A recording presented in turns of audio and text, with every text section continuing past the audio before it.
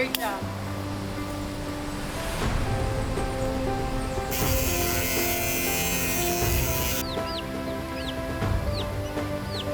This seems dangerous. You're gonna hurt yourself.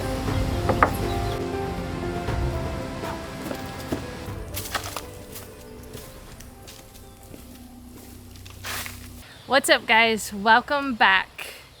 We have been doing a lot of work on our abandoned property that we have purchased. We have already been clearing land, making roads. We also found out that this was a farm for the most part. Tons of coffee plants, bananas, plantains, more bananas than we could ever imagine.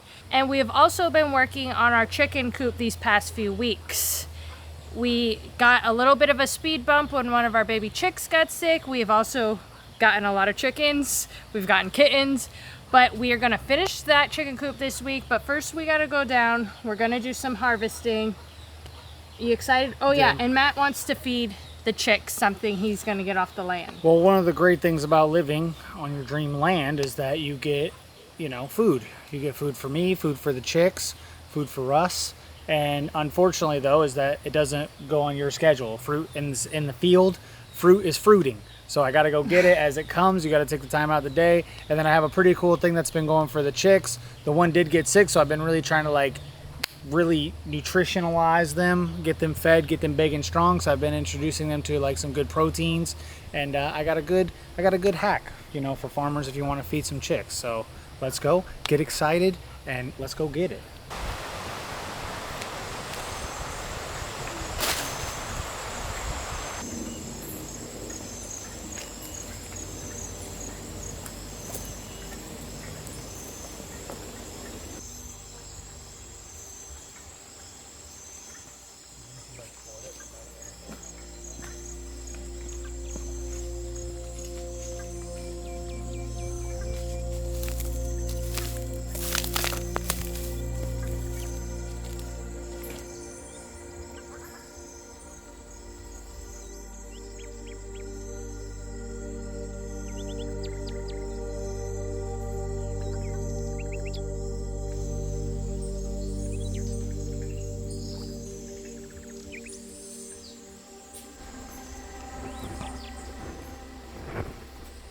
All right, so we're running down here to harvest all these bananas. Kristen's having a panic attack because they're all starting to ripen quicker than expected. And she's like, I hate wasted food. So basically we're just gonna be eating bananas till we're blue in the face here. But it's pretty cool. It's great that they do provide meals for us. Kristen's got an amazing banana bread recipe, so that's good. I'm gonna be happy when we harvest these bananas. But I have a couple quick questions because we have bananas. As far as I know, bananas are bananas, but we have a couple of different trees that are built differently, and I want my banana experts to help me out and let me know which breeds of bananas I have, if you guys know. I have one that's a really tall one that makes smaller bundles of bananas and has thinner leaves, and then I have one that's shorter, not much taller than 10 feet, several of them, but they're not much taller than 10 feet. They have really, really broad leaves, and they just make tons of bananas. And what I've noticed is that the shorter, fatter ones that make a lot of bananas, those get really abused by the bats, the rats, and the birds. So they must be better, sweeter bananas. But you let me know exactly what the difference is.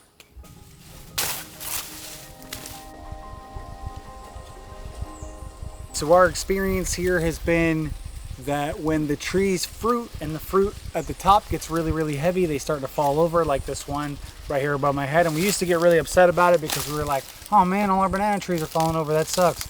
But what we learned is that when one falls over, well, what we learned to start off is they only fruit once, they only make bananas once and they die.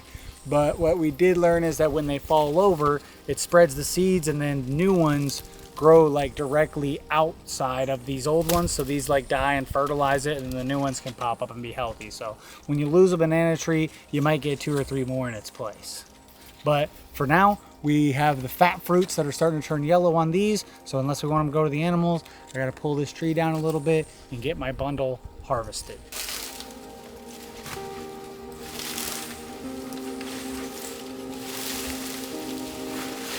Okay, I need a little encouragement with the machete.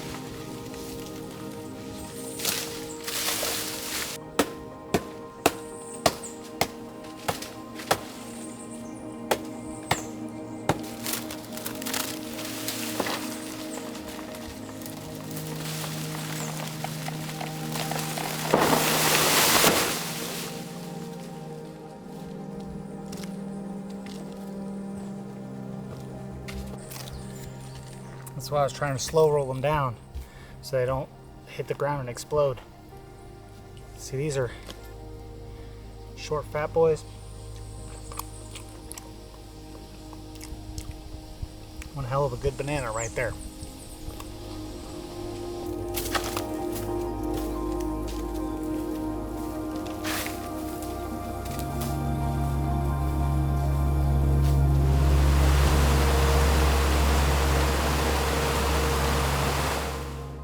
All right, so here's my secret sweet treat for my chickens, my little baby chicks, is these termite mounds. This is a 2-for-1 because I get to feed my chicks and chickens, and it's gonna relieve my guava tree. This is a fruit tree that makes guava. Guava is like a superfood, it's amazing for you. So I'd rather have the tree than the termites, and then the termites go out and they add an extra bit of protein to the chicks' diet, and they're very small, so it encourages them to scratch around and kind of really cultivate their predator instincts. So that's a winner chicken dinner in my... Don't say chicken dinner. Oh yeah, well, dinner like for the chicken. Oh, okay. Like it's the chicken's dinner. Winner chicken dinner for real this time. I've been doing this like every other day. The chicks seem to enjoy it. Let me know, my chicken experts, am I feeding them termites and poisoning them, and am I about to kill my whole flock? I don't think so. All the research I did said that termites were great for chickens, but let me know if there's something that Google didn't tell me.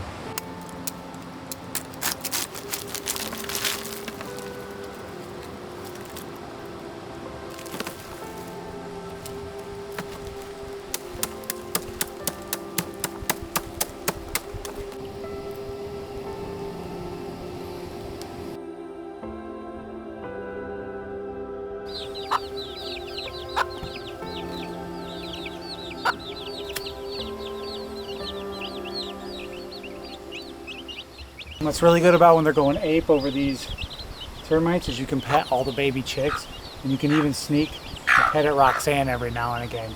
We don't have the friendliest chickens in the world. She gonna bite me. She gonna bite me. She hates my guts. But yeah, we feed them this, and all of a sudden, you know, when you dropping checks, when you're spending money feeding everybody, everybody's your best friend. So that's a life lesson.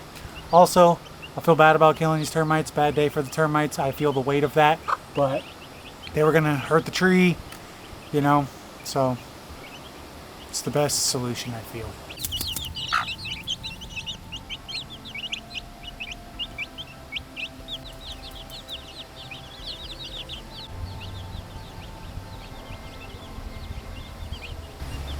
Frank's doing good still. When you get your chicks nice and satiated with a bunch of termites, it's always a good time to grab them up, check their craws, check their buttholes. I know, it's farming though, you gotta do it. It's called a vent. Their vent. Oh, this one's pecking me. He said, listen, leave my brother alone. It's always a good time to look over the chicks though, because they're happy, they don't panic too much. Gives them a good time to look at their wings, make sure their mites are good. It's a great time to bond with your flock.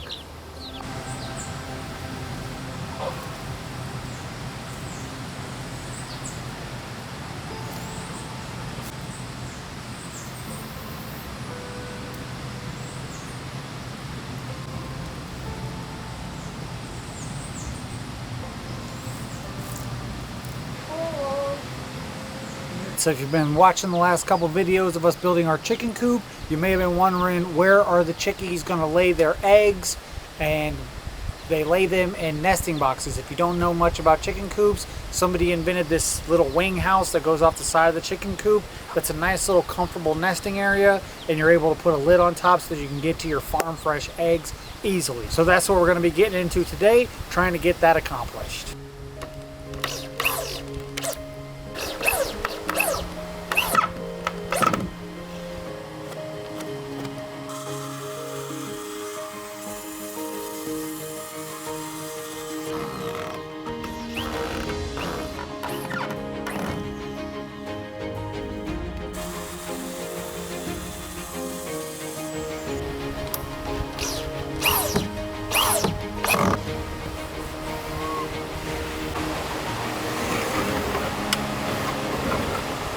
Alright, so now I'm getting ready to cut the wall off because that's the next step in this build.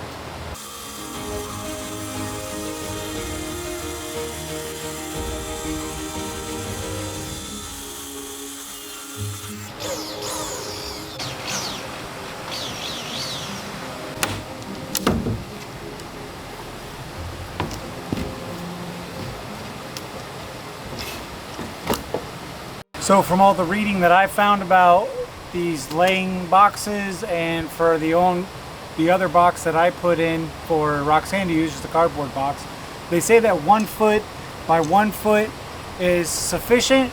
So I don't think we're gonna get 4 boxes in here, but I'm just gonna do 3. They're a little bit bigger, so that's gonna work well for me. What I did here was I knew it was gonna be a foot tall, so I'd be able to use this 1 foot piece for the floor.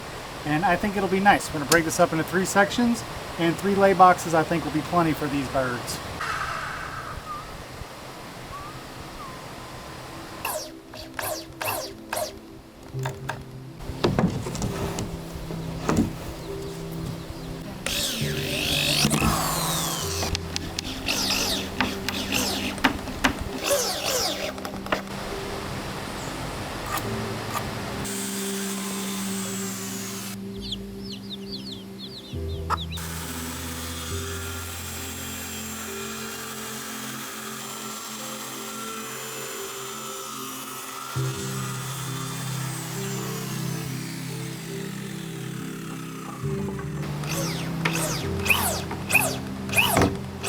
I'm going to put the hinges from the door that goes up and down. Basically like this is how that's going to go, and then the door goes up and down, you reach in and grab your eggs. So what I was thinking was, we get a lot of rain here. How do I rain proof this? Because water could hit the side of this wall and it's going to leak down, and it's going to leak onto my chickens that are trying to lay eggs or lay on babies. And I said, what am I going to do? So what I'm going to do is hinge the door over top of this piece that I put here.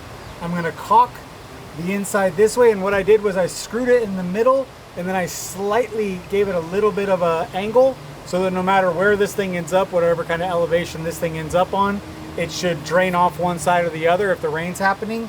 And then what I can also do, if it's coming off this way and water falling into that chicken house, I can just put like a fat bead of caulk right on this edge. It'll never be seen. It'll be behind the door, and then that'll make a channel for the water to run out and hopefully keep my chickens dry, my hens. And then if it doesn't, I'll just have to keep fixing it as I go if I can't get it sorted out.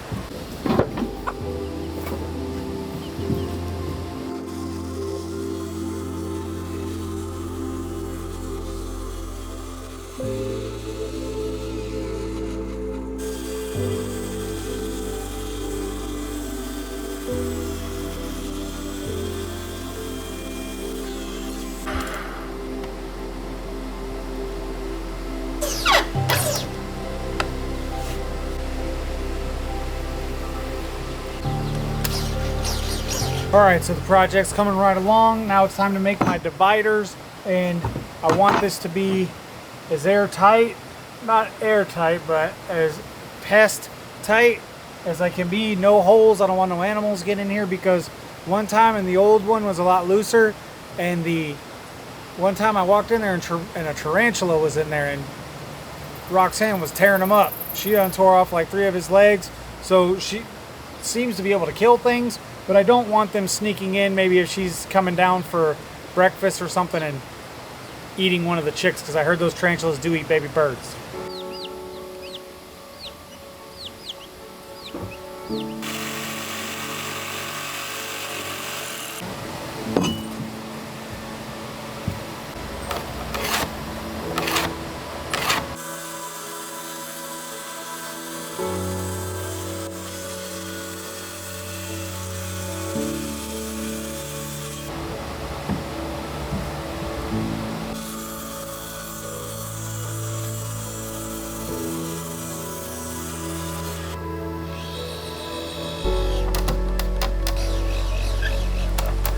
It's time to put the hinges on. It's door time.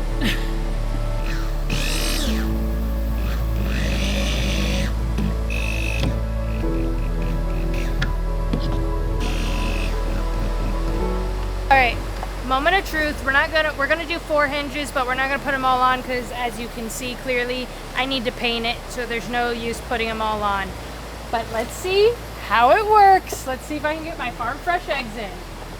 Let's do it together as a team. Team lift. Whoa! This came out better than I could ever expect. It even came with a creep. Listen. Well, your degrees on your angle cut was 1 degree off. I was 1 degree off, and I was chastised for it, ladies and gentlemen.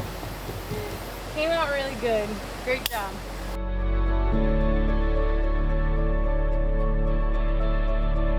So the lay box, the hen section, the hens club came out better than anticipated. Big Mama said, wow, that came out better than I thought it would. And I was like, yeah, it came out okay.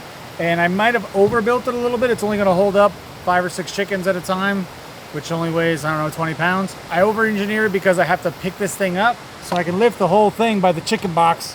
It ain't going nowhere. Hundreds and thousands of pounds at this point, probably. So what I'm gonna do now that I can pick it up is I'm gonna get into my engineering of the wheels. I have some all thread that I'm gonna thread through the wood. I think I can mount with 4 wheels and be able to move this thing, so let's get into it.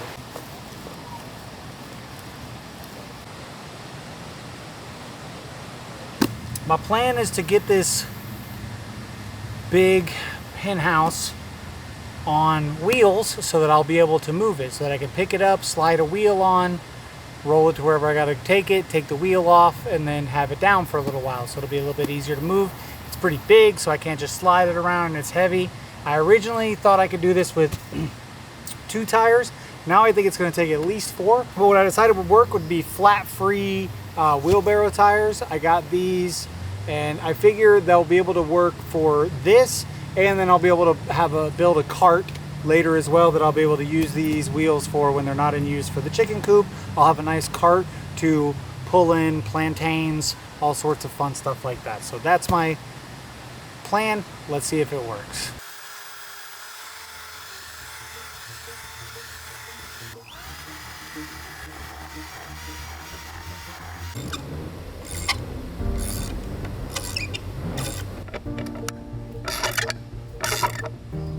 There it is.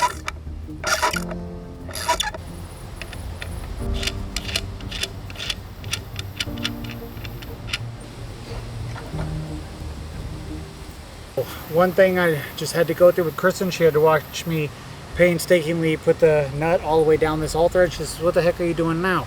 And I said, I have to walk all this all the way down because I'm gonna cut the all thread on this side, and it's a lot easier if you have a bolt on the inside so that you can walk the bolt off and it straightens the threads out. You always burr the threads whenever you cut through this stuff. So whenever you're cutting a bolt, a nut, any kind of mechanical fastener, always have a bolt or always have a nut on the inside of your cut so that you can walk it off and it'll straighten those threads out. Usually it helps a lot.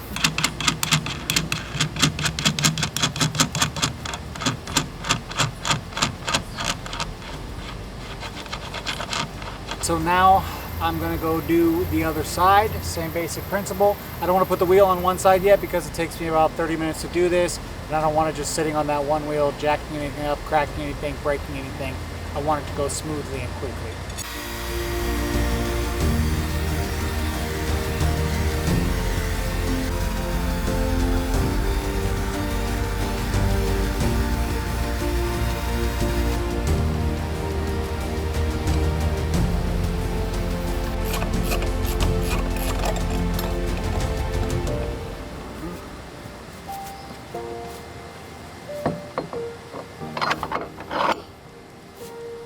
One tire is on.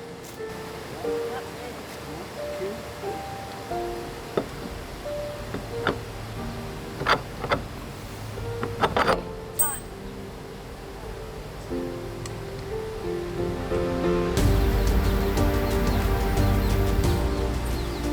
All right, it's pretty heavy, but I think, let's see if we can move her a foot or two.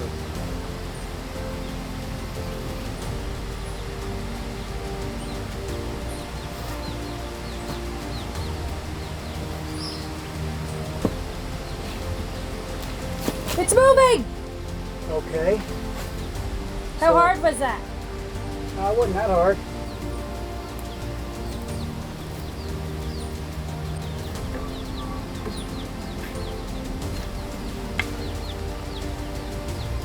seems dangerous. You're gonna hurt yourself.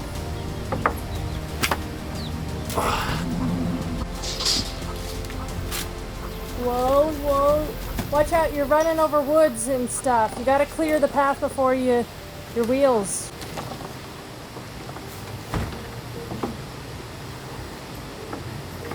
Yeah, I ran over my damn saw. It ain't too hard to move. I'm just making it look hard to move because I refuse to move stuff out of the way.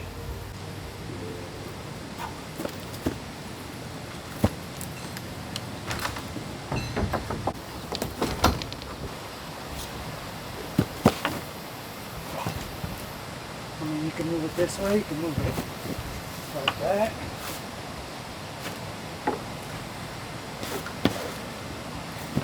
It ain't real hard to move.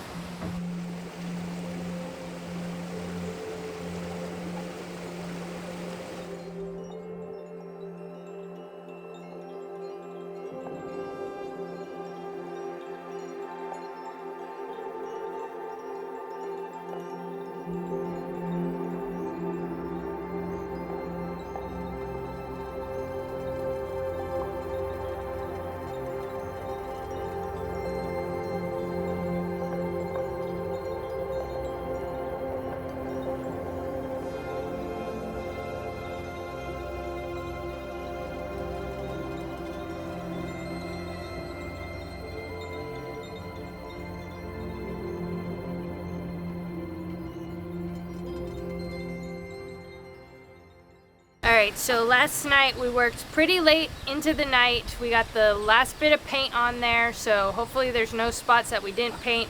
We didn't really paint in the inside. We might later, but for now, everything on the outside's painted. Now we need to make the chicken door so the chickens can get inside of their new mansion.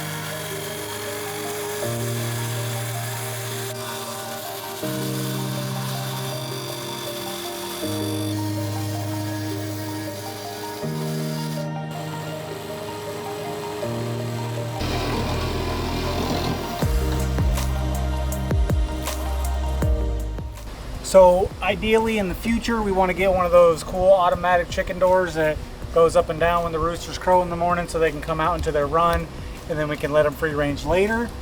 So what we did was we made this hole to fit the dimensions that we could find online for that. We made it a little bit smaller in case there's some adjustments we have to make. We could always build it out to fit any door. So that's our plans for later, and that's why we made the door. You know, it does look a little small to me, but I think our chickens can fit through there.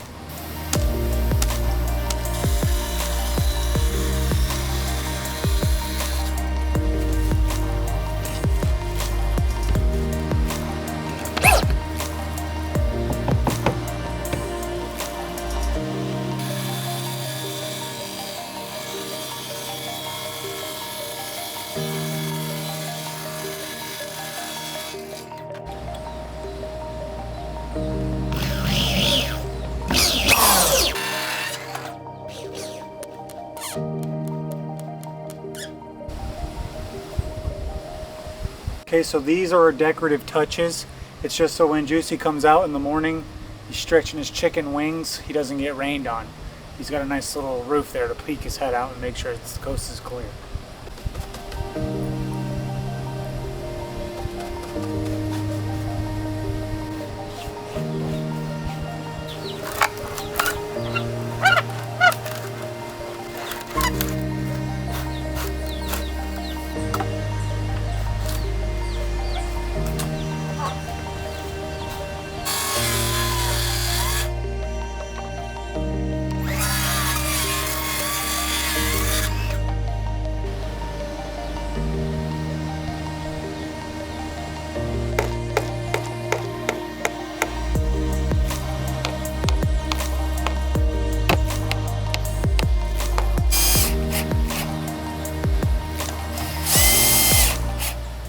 we have our chicken door. It looks really cool, and they have a little ladder to go up there. Very tropical, goes with the bamboo. Now we need to put on our hardware. We did black hardware, so we are replacing the back hinges that we already put on with black. It's gonna look better. Once we saw the green color, we knew we needed the black hardware. So you don't like the green? No, I don't like the old silver ones. The black looks better. All right, let's get that done. Then we got screen, and then that's it. That's Little bit of grading, then I can drop it down and throw the chickens in there. Here we go, here we go. Let's finish this out.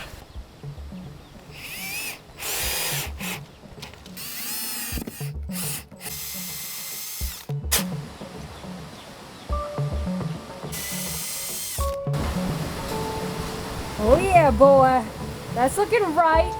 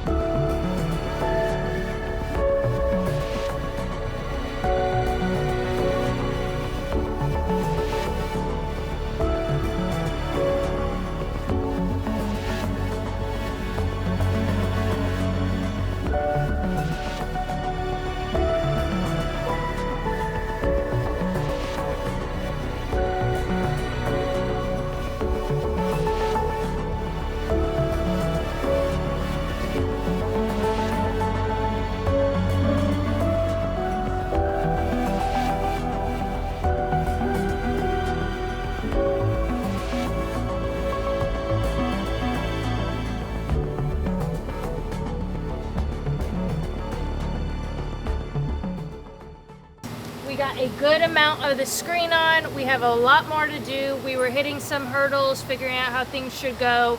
We decided to fold it in and make sure that the screen is behind the outside frame. We think it looks really good. So the front is popping. I think the front looks really good. The nice black hardware, it's looking really good. But we have a seam where we don't have a wood piece, where we decided to do the old-fashioned, what would you call that, clipping, metal clipping? Yeah, oh yeah, where we just clasped the chicken wire together, and it came out really wonky. It doesn't look good, it's hideous. I don't like it. I really like the way these panels came out, so I think what I'm gonna do is put a 2x4 in the middle there and there, 2 more panels, and then make the roof panels, and it'll look a lot cleaner. I like the way that it looks, where you're not seeing the wire nailed to the wood. I think that looks a lot better. So all my chicken wire experts, if you know how to clamp it and you know how to make it look better, please let me know in the comments below. But the only way I could get the wire to look straight and uniform was these panels, keeping it small and keeping it nice and tight. Don't worry, you will see the finished Coop this episode, but before the end of this day, today's Halloween, before this ends, we're gonna put on some exciting light features.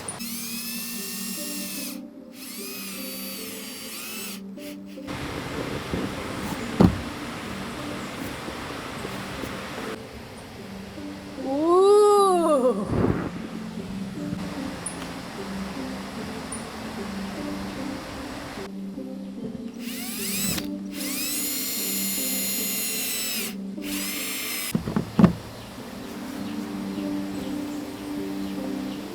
Flame it up. Ooh, tiki flame. How do you feel? You think those are gonna look cool? I feel like we need more now. Light up the whole squad. Initially what I thought was, hopefully with these, is the movement of that looks like a fire and it keeps all the predators away. It keeps the coyotes, the bears, the weasels, the mongooses, the hawks. I don't bears or Trust coyotes. me, it's gonna scare them off.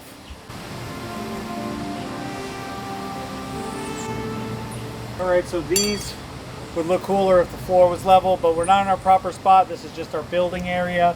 We wanted it elevated so it'd be easier to paint.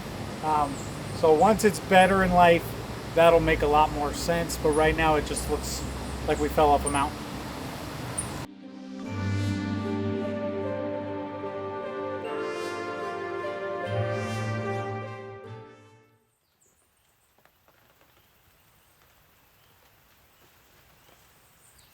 Alright, it's been a couple days and we have it completed.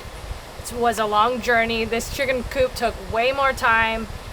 We love how it came out. We do have some issues, but before we get into the issues that happened that didn't go so well, let's talk about how you finally finished it out. We finally finished it out with the wire, with the panel boxes. I think that came out a lot better. Any of my chicken wire extraordinaires out there want to let me know how to get it perfectly straight. I couldn't get it perfectly. There's still some warbles there. It looks good on tape, but in real life, you know, it looks a little buck wild. And then I made a box cap with the wire. For one, it was easy to wire, having it like a wall, and now I can take it on and off when I have to move it. If I have to go there and clean it, I can take it off so I can stand up fully because it is a little bit shorter. You do bump your head when you go in there, but I'm happy that I was able to do that. And then it gives them a good amount of space. It's 80 square feet.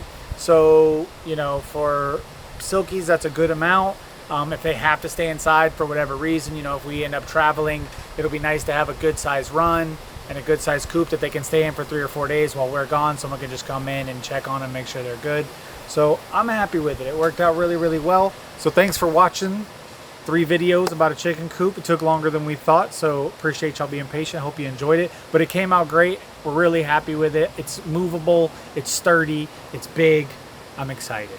The one thing that didn't come out so great was the bamboo roof. It came out really great. We loved it. It was waterproof, but then they shrank up. Something happened with some pieces of the bamboo. I guess they were kind of wet, and then after days and being in the sun, the seas shrank in on each other and like pushed some of the pieces out, and now there's a lot more gapping and spacing. We're gonna have to fill in probably with more bamboo or get some other way of waterproofing that, but just wanted to let you know that for anyone who watched us do that, for some helpful insight. Maybe cut your pieces, let them dry out before you put them together. Yep, definitely I would say do that. So thanks for watching, guys. We'll see you next week. And check out our Patreon if you want to see any updates that we have, any real-time updates. And that's it. That's it. Bye.